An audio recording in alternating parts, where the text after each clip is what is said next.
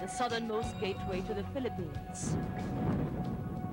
Tawi-Tawi comes from the ancient Malay word Jau Jau, which means far away. Early traders gave the islands this name because of its distance from mainland Asia. Even today, Tawi-Tawi remains mysterious and exotic, virtually untouched in its natural beauty. Breathtaking from the air, and even more enchanting by the sea.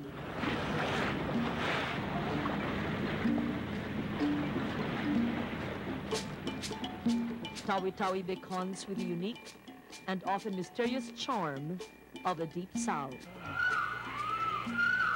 Tawi-Tawi is a virtual sanctuary for various forms of animal life, like the gray and white monkeys that roam freely around the forests of Wongao Peak.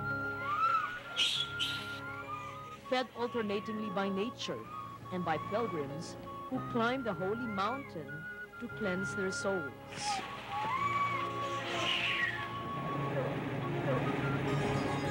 Tawi-Tawi is also home to the endangered green sea turtles, who frolic and breed along the waters of an area aptly called Turtle Islands. Situated near the border between the Philippines and Malaysia, in 1992, the islands have been collectively declared a priority site within the Integrated Protected Area System to keep its marine turtles from being rapidly driven to extinction by widespread poaching and other forms of human intrusion.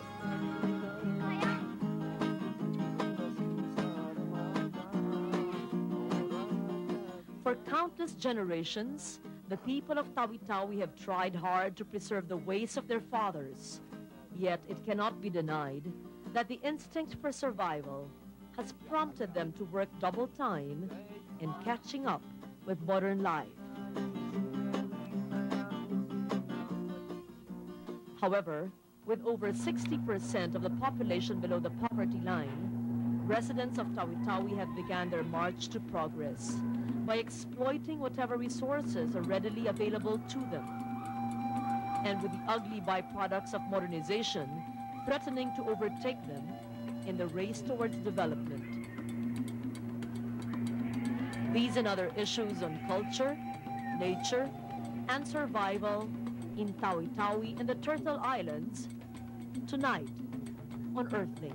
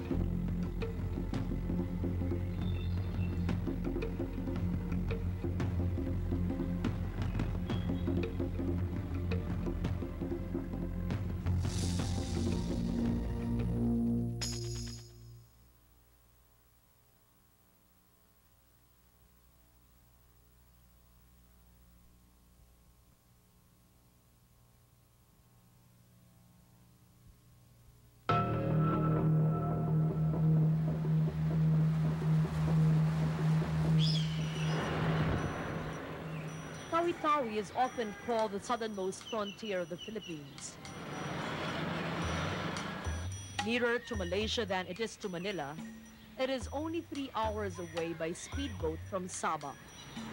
Irregular in shape, with splashes of white, sandy beaches and extensive reefs, Tawi-Tawi is composed of 307 islands and islets.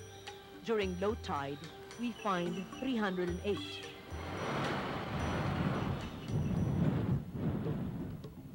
Tawi-Tawi is also steeped in history and local color, as exemplified by the island of Simunul, birthplace of Islam in the Philippines. Simunul is home to the first mosque in Mindanao, built by Sheikh Makdum, an Arab missionary who came to spread Islam in the year 1380. Today, only 4 wooden posts are left of the original mosque. According to tradition, the posts should remain intact because once uprooted, water would burst forth and cause the whole island to submerge.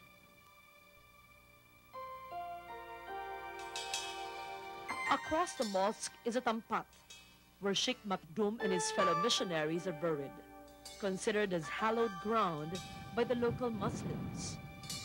Tombs of holy men are considered sacred by the Samas, and of these, they have many. One of which is at the top of Mount Bongao, 420 feet above sea level. Going up Bongao Peak is a pilgrimage for Muslim devotees, but it can be just as exhilarating for the ordinary tourist.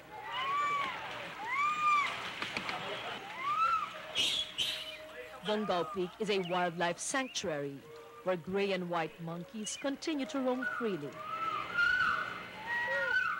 Visitors to Bongao Peak are advised to bring an ample supply of bananas because the monkeys are used to accosting strangers for such pasalubong.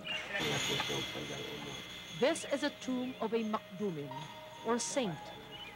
Local pilgrims visit this tampat to seek spiritual help in dealing with everyday life, especially in healing various illnesses.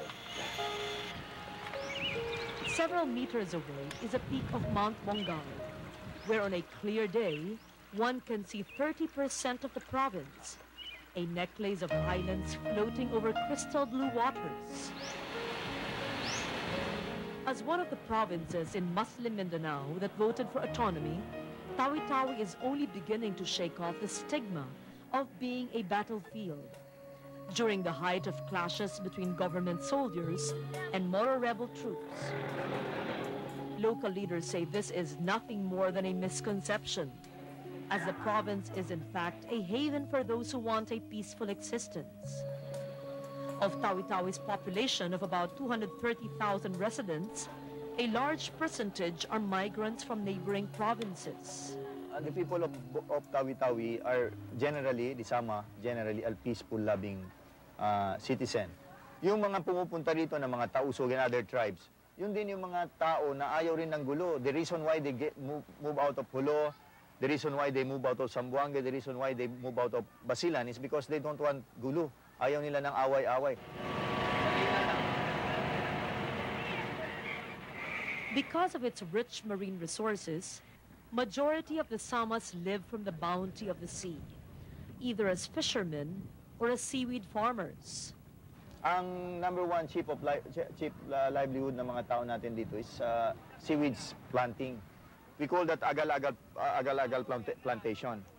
As we know, seaweeds production, 80% comes from Tawi-Tawi. And total production of the world market, I think 60 to 70% comes from the Philippines. And you could just imagine na malaki ang contribution ng Tawi-Tawi as far as seaweeds production is concerned. Over 9,000 families in the province engage in seaweed farming, producing 2,000 metric tons of raw seaweeds a month. It is not unusual to see most streets lined with agal-agal, drying under the sun. Sold fresh, these seaweeds fetch 5 pesos per bag. When dried, they would command a slightly higher price, but not as much as they would if they were processed. But because Tawi-Tawi has limited supply of electricity and an even more limited provincial budget, potential profits from the agal-agal are not realized. The same is true with fishing, which despite of the vast marine resources in Tawi-Tawi, remains on a marginal level, simply because there are no ice storage plants to preserve the fresh catch. 10 out of 100 fish units go to the local market for home consumption, while the rest are shipped to Zamboanga, where they are distributed to larger domestic and foreign markets. The seas found within Tawi-Tawi's boundaries cover a larger area than its land masses. And although the wealth of its marine resources has not been fully explored by its people, these same resources are already being exploited by outsiders. One problem that we have is illegal fishing, like for example, dynamiting, cyanide fishing, and many others. Especially in the municipalities of Taganak, they are using sophisticated fishing gadgets. So sometimes the turtle there, it threatens the existence of green sea turtles. They are not residents of Tawi-Tawi, especially the big-time fishermen. Sometimes they come from Nabotas. Sometimes they come from our neighbor, Malaysia. And as in the case of most poverty-stricken areas, the local government is powerless to prevent the rape of its waters. The local government are trying our best to stop this. One is we have a connection with the Coast Guard, at least pinapatrol nila. But these are only very limited. We don't have enough funding for this. Pangalawa, itong mga malalaking businesses naman, na mga fishing vessels, eh hindi naman sila, pag nakikita kami nandyan, wala naman yan. Pag alis mo, nandun sila. Because of the lure of big money that comes in, especially those buying yung mga live fish, para makakuha sila ng madalian, nandun, gagawa sila ng paraan. Between April and May this year, 4 Malaysian vessels were apprehended by Navy boats for fishing within Philippine territory. Curiously, the vessels were manned by Filipinos employed by Malaysian fishing companies. Once apprehended, the crew used a common alibi. They lost their way. Actually, Turtle Island is just adjacent to Sabah, Malaysia. Now, a matter of how many miles only, now they are conducting fishing in between. Now, especially at night time, probably they could not just merely imagine whether they were already not in their area, probably something like that. There are no stringent laws regarding these suspected encroachments, simply because they are difficult to prove and even harder to implement, especially for a country that is trying to win the favor of its ASEAN neighbors. We have also to consider that our relationship with the Malaysian now, as a matter of fact, we are in a good relationship. So we have to find a way we can help also if this is not really violating the law of our constitution. But if not, at least we have to apply the law. Of common interest to both the Philippines and Malaysia are the Turtle Islands, which lie along the boundary separating the two countries. Instead of being the object of dispute, the Turtle Islands have now become a prototype for two neighboring countries jointly protecting the ecosystem, proving that environmental concerns are not covered by political boundaries. This, when Earthlink returns in a moment.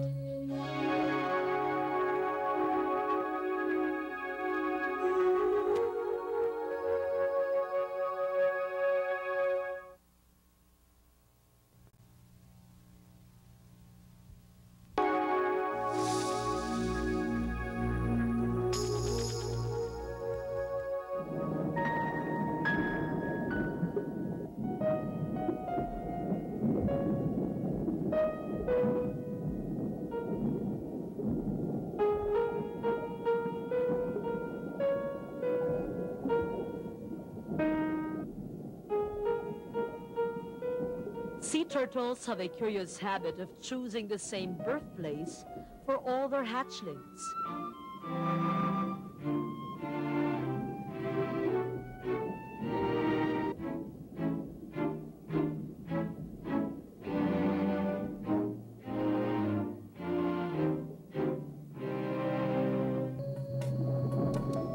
Year after year, they trek to the same place to lay their eggs. This fixation speaks well of the turtle's memory, but it is also their undoing.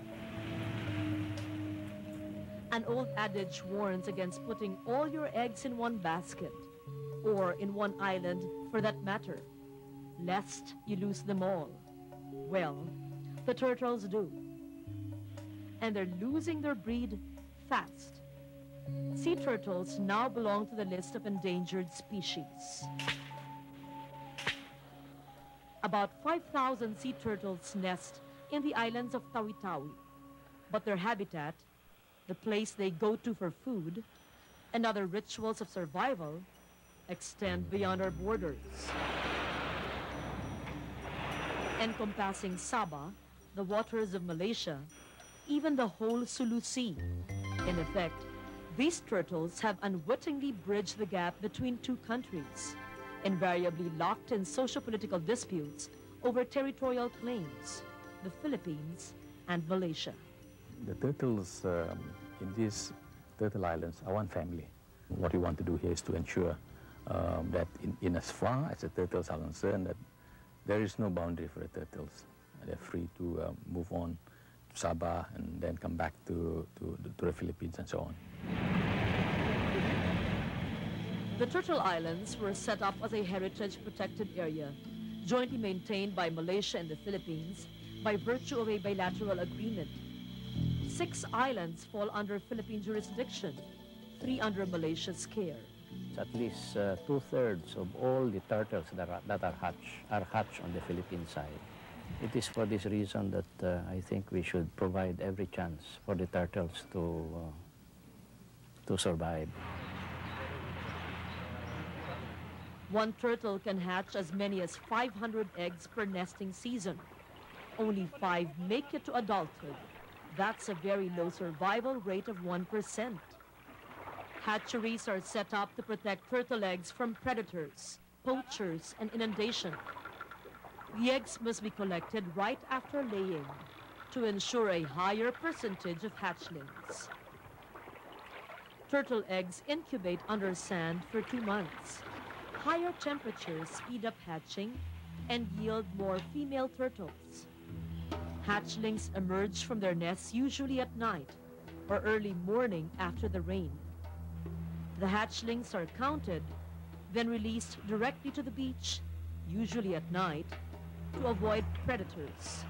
The process of the death, mostly the natural, like on this island, we have the monitor lizards, rats, and ghost crabs.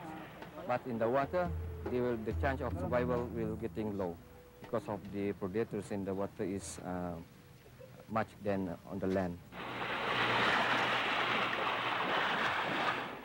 Once they have passed through the surf, they are not seen again until they are as big as saucers and dinner plates. These are called the lost years. Malaysia only has 3 islands playing host to nesting turtles compared to the Philippines' 6. But their efforts at conservation are more rigid. 100% of them gets to the sea. We don't allow any harvest by anybody else. But I think this is not the case in the Philippines. All our project on this island is conservation, 100%. So we don't have any permits or whatever to somebody take the eggs out from this island. Here, only Baguan Island is declared a sanctuary, where it is absolutely not allowed to harvest marine life. The other islands allow for limited fishing and gathering of turtle eggs. 60% sa amin. Sa inyo? Yung 40% sa kanila.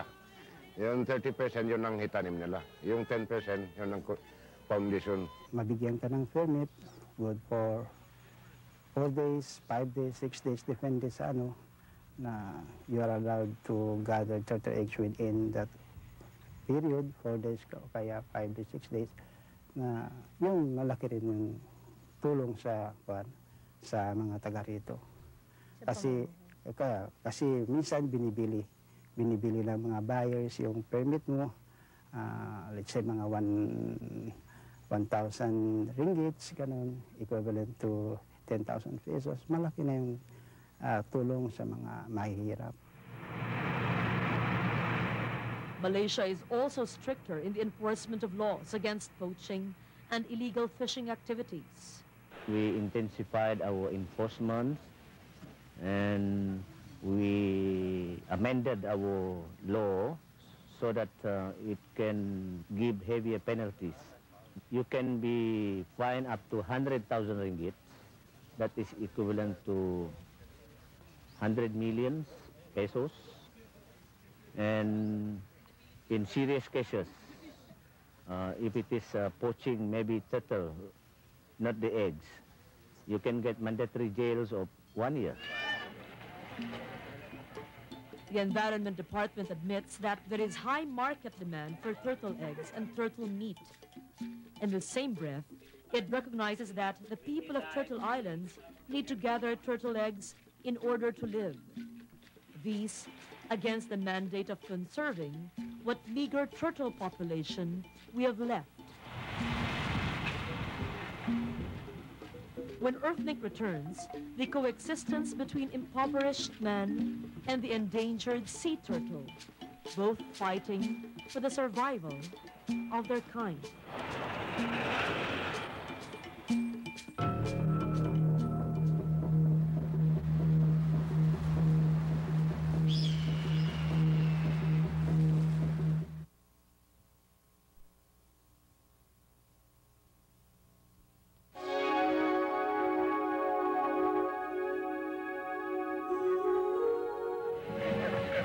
Records show that there are more people in Turtle Islands, Philippines, than there are turtles. In contrast, there are no private inhabitants in Selingan Islands, Malaysia, other than the staff of the Turtle Sanctuary. Majority of Filipinos in the Turtle Islands depend on fishing for their livelihood. Kung minsan, sa isang biyahe, mas maganda ka na, swerte mo na makakuha ka na mga 10 kilos, abali 100 pesos. 10 pesos per kilo. Yung mga nangingisda dito, karamihan sa Manila. Kinukuha yung isda dito, dinadala sa Manila. Samantala, ang mga taga rito, hirap na hirap. The harvesting of turtle eggs makes for added income. Alternately, the inhabitants are granted permits to gather eggs from 2 to 6 days. Ang mga ibang municipality nabibigyan ng ating gobyerno ng mga tulong. Dito sa Turtle Islands, wala. Kung hindi dahil sa Sabah, na pwede kami pumasok diyan, magbili ng mga pagkain namin, mahirapan kami. Has seen panorama. Most recently, Malaysian and Philippine officials met in the Turtle Islands to discuss areas of cooperation that can be enhanced to take better care of the turtles, as well as the local people's needs. If you look at the source of livelihood in Turtle Islands, a lot of it has to do with turtle eggs. And I think in the long run, if you want to restrict the number of eggs that are harvested by the local natives, then you must find a substitute for the livelihood. And I think this is a very important matter that has to be addressed. And of course, tourism would be one of them, ecotourism. I think this is the only place in the whole world where turtle landings can be watched almost 100% every night throughout the year. This early, the warden of Turtle Islands went to make sure any tourism project mounted here will be sustainable. Meaning that we must recognize the carrying capacity of the island. You cannot allow mass tourism here because this is a protected area. And I think if you allow too many people coming, then you're running into a danger of actually spoiling and killing the golden turtle that lays a golden egg. The Turtle Islands' impending march to progress also carries the risk of eventual spoilage of its environs. We have to do a lot of education for the tourists. We should teach them to not to just dispose of, especially plastics, you know. That's very deadly for the turtles. Unless the human inhabitants of these islands are left out in the move to save and showcase the turtles, Local NGOs are being mobilized to train, organize, and get the people more involved in conservation efforts. Where our Pawikan project, with the help of the WWF, under local counterparts, they're helping these communities to get involved in high-value fisheries, like the catching of live fish using nets, teaching them to get rid of the use of cyanides, for instance, or teaching them on the dangers of blast fishing. So with this live fish, they will get 10 times more than what they used to get in terms of money value. Fish, turtles, and man. You conserve one to conserve the other. Similarly, you destroy one and you destroy the other down the line. They interrelate within a basic framework called the food chain. Turtles feed on seagrass. Their droppings convert into food for planktons. Planktons are food for fish. Fish spells livelihood for man. And man, thanks to his thinking self, has a capacity to think ahead. And the idea of conservation is all about thinking ahead.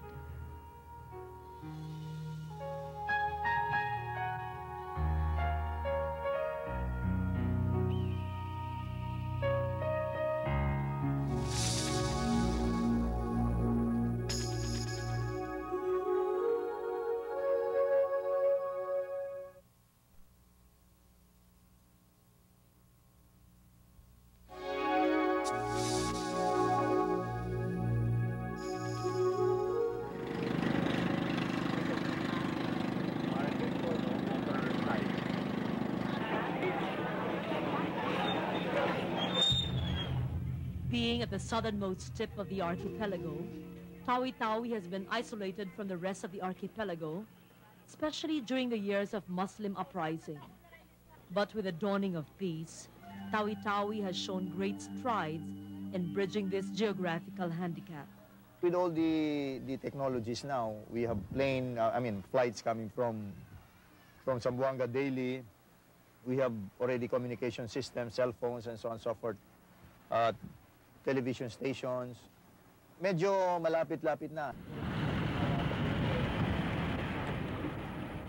The improvement of communication and transport facilities in the province top the list of priority projects in Tawi-Tawi because they provide a vital link between the far-flung islands and the seat of national government. Hindi naman namin sinasabi that the national government will not help us. Kaya lang siguro because of the so many things that they're doing, nakakalimutan kami. So kami dapat pumunta doon at ginigising namin sila.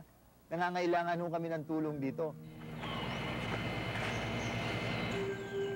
Experience has taught the provincial government not to rely too much on outside help to get things done. In Languyan, a 50-hectare open area is being converted into a salt farm, the very first in Tawi-Tawi. For years, residents of Tawi-Tawi had to import salt from Zamboanga for their daily needs, including that of preserving fresh fish. Funding agencies have previously told the province it would take at least 5 years to raise the 5 million pesos needed for the project. Refusing to stall, the governor dipped into his own pocket, and with the help of community labor, the salt farm is expected to be operational next year. Based on my experience, I hear that more or less 15 sacks a day per hectare we can produce. Community participation is not difficult to initiate in Tawi-Tawi because local officials themselves are the first to roll up their sleeves and get down to work. Kasi dito naman, halimbawa may mga project tapos nag-uusapan lahat ng mga tao dito nagtutulong-tulong at saka parang isang salita lang sumasama sa lahat. Nagtutulong-tulungan kami dito. The willingness of people to work, support from the local government, and an ideal peace and order situation are among the factors that have earned Languyan 7 million pesos from the Asian Development Bank for a 312-hectare reforestation project near the virgin forests of Mount Tuwa. Within the next 3 years, this area will be planted to rattan, mahogany, and durian for the benefit of the upland community.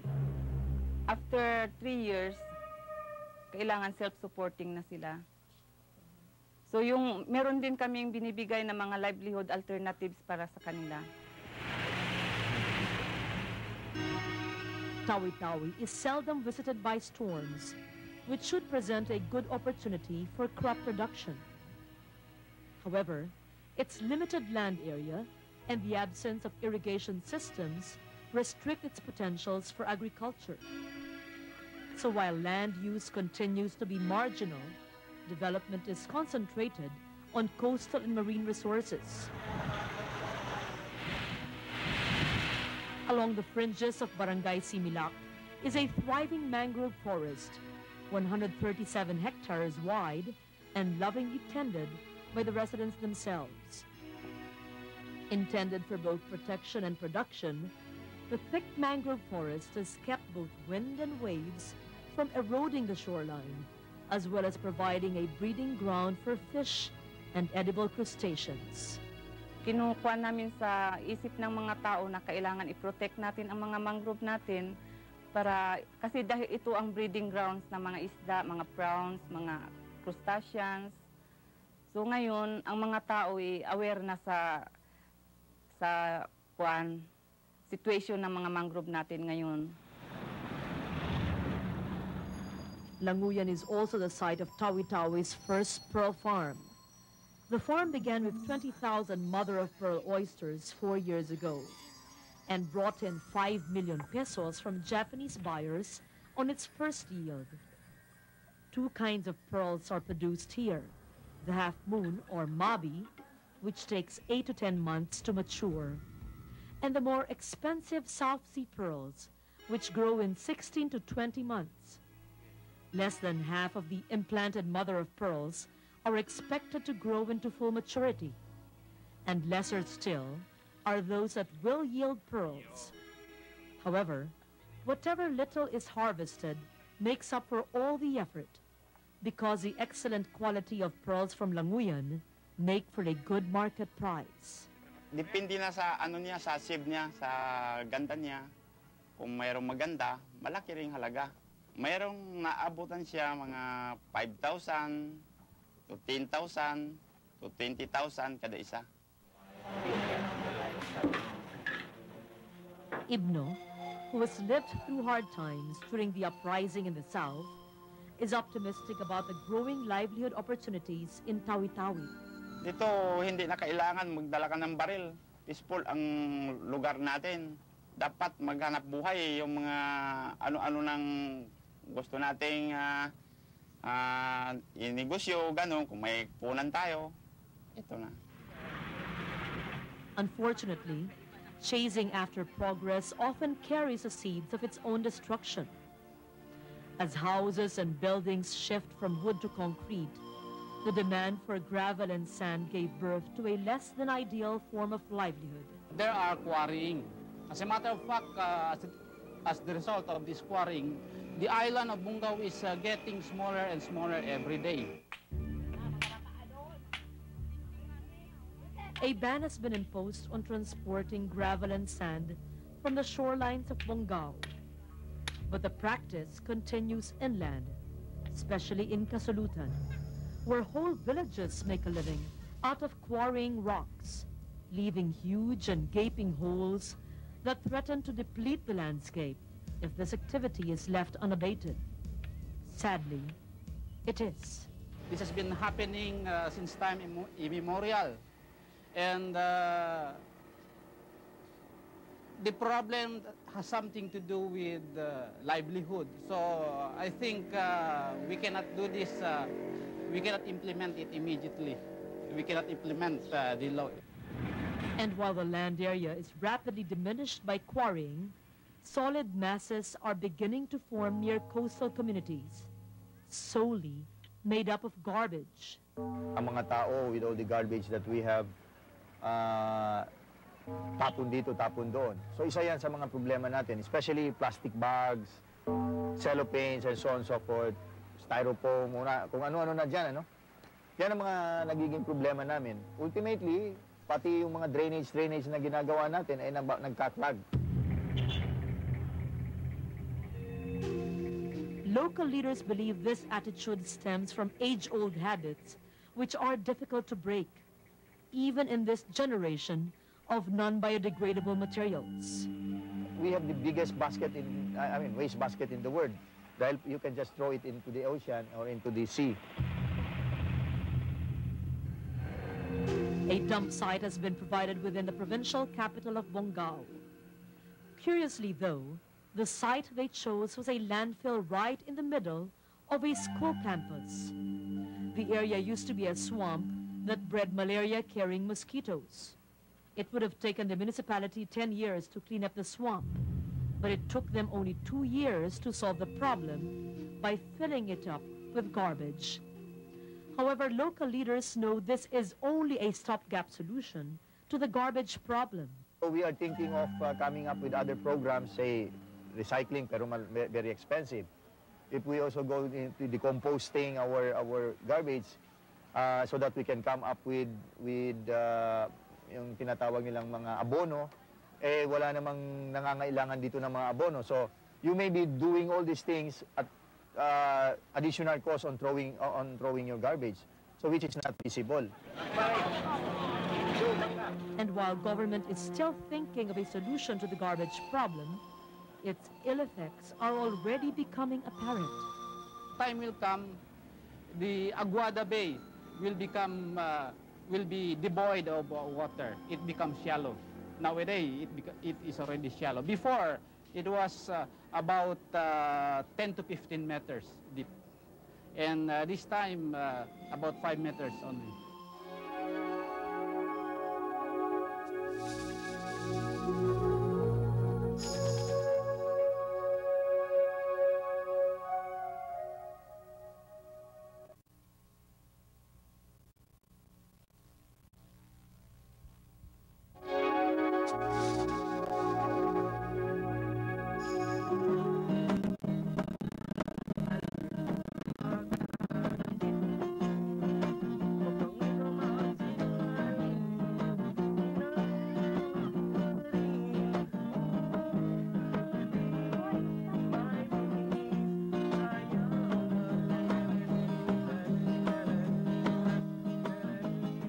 Once upon a time, when the waters of Tawi-Tawi were silent, crystal pools of blue, a gentle race of divers and fishermen ruled the open sea. Descendants of an ancient line of mariners from Southeast Asia, these seafaring people claimed the waters of southern Mindanao as their home. Today, we call them Bajaos.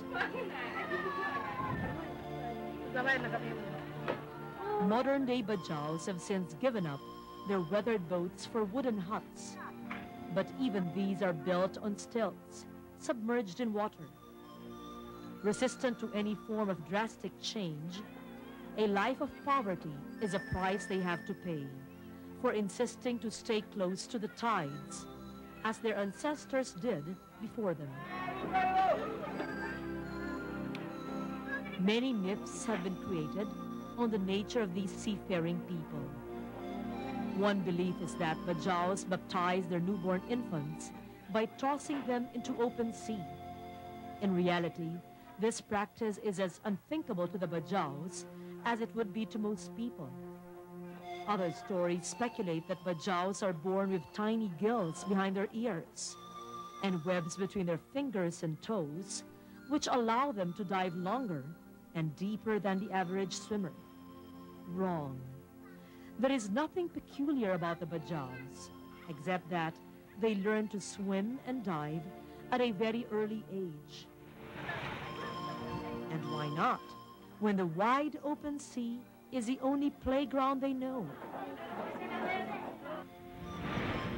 Like the tranquil and mysterious waters of Tawi-Tawi, the Bajaos are a peace-loving yet enigmatic people.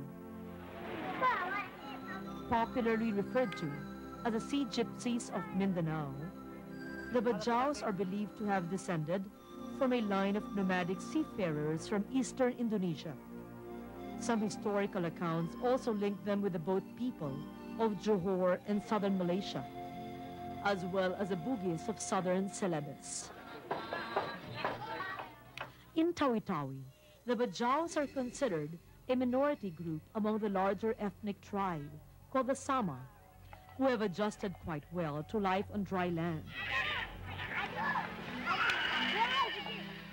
Most Samas have embraced Islam and have settled in communities near schools, markets, and health facilities, where they can enjoy education, commerce, and modern conveniences. The Bajaos, on the other hand, have lagged behind, slow to accept change, and rarely mingling with any tribe other than their own. Bajaos are often misunderstood and are sometimes referred to as kaliyage, or outcasts. If any single body of nature permeates the Bajau spirit, it is a sea. Efforts to provide housing, education, and health services to these nomadic people take longer to implement simply because they refuse to leave the water. In Bongao, 2 settlements have been provided exclusively for the Bajaos, one in Tungkalan, the other in Kasulutan. These provided the Bajaos with shelter at a time when they were being harassed by more aggressive tribes. Before we have no, our place is in La Menusa.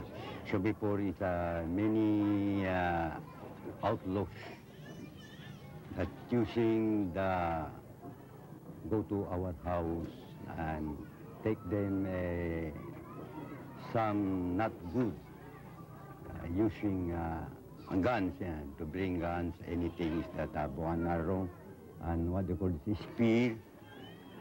That's why get out from our place. Itong mga Bajau Kasulutan had already planned to move out to Malaysia. They came to us, to the governor, and then the governor told me, and we did a program. Sabi ni governor, why not give them a settlement area? Bigyan natin ng konting puhunan sila. And with the hope na they would like to stay here in Tawi-Tawi. Sa awa ng Diyos naman, because of the plan of the governor, now they are here. They started only with around 20 or 30 houses. Now they have 167 houses. In these villages, they are provided with potable water, which they buy for 50 centavos per container. To cut costs, most villagers adhere to the age-old way of recycling water. They scoop out water from the sea for household needs like cooking and washing, then throw back the soapy liquid for yet another round. They also bathe, do their ablutions, and dump their garbage right below their houses, quite sure that the changing tides would carry the waste away into the open sea. Even their livelihood has remained marginal. Their meals are made up of what they can scrape from the bounty of the sea or buy from the village market. Mga isda, kung mayroon pagbili, magbili bugas, kamanting, sayo, kung wala na pagbili, wala na pera, hindi na, wala na.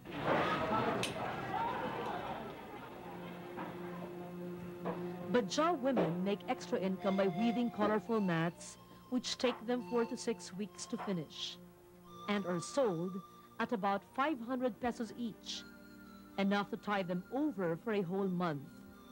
Unlike their ancestors who were free to roam the high seas, today's Bajaus have to live with the reality that they have to share Tawi-Tawi's marine resources with an increasing population of new settlers and commercial fishermen. So yun na ang kami mahirap. Hindi kami makahanap buhay saan-saan lugar, pero matakot din kami. Marami ang mga kaguluhan ba, masamang tao. Kung halimbawa, magpunta kami maghanap buhay, yun na ang mga hindi na sila. Yun ang magtatawag sa amin. Maghingi ng mga isda o magbili. Kung hindi kami payag, ay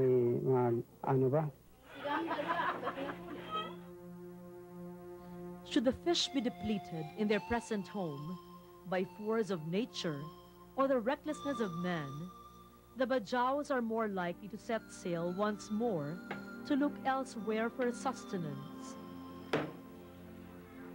Their instinct for survival will not dictate that they settle on land and farm.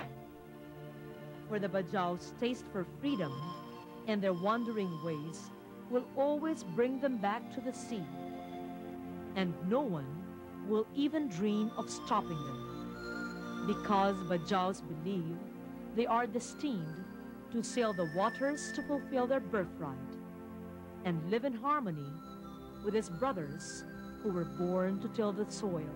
Ang sinabi ang mga matanda namin sa amin, pero galing sa Diyos. Ang galing sa Diyos, pero mayroon tao sa lupa, mayroon tao sa dagat. Pero halimbawa, ang mga kami Bajaw, hindi kami makakuha ang mga kainin, pero magpunta kami nandoon sa tao sa lupa, pero humingi tulong sa kanila. Ngayon, ang mga tao nandoon sa lupa, pero walang siya, halimbawa, mga isda, nagpunta doon sa amin mga Bajaw, pero humingi siya mga isda, pero makatulong din kami sa kanila.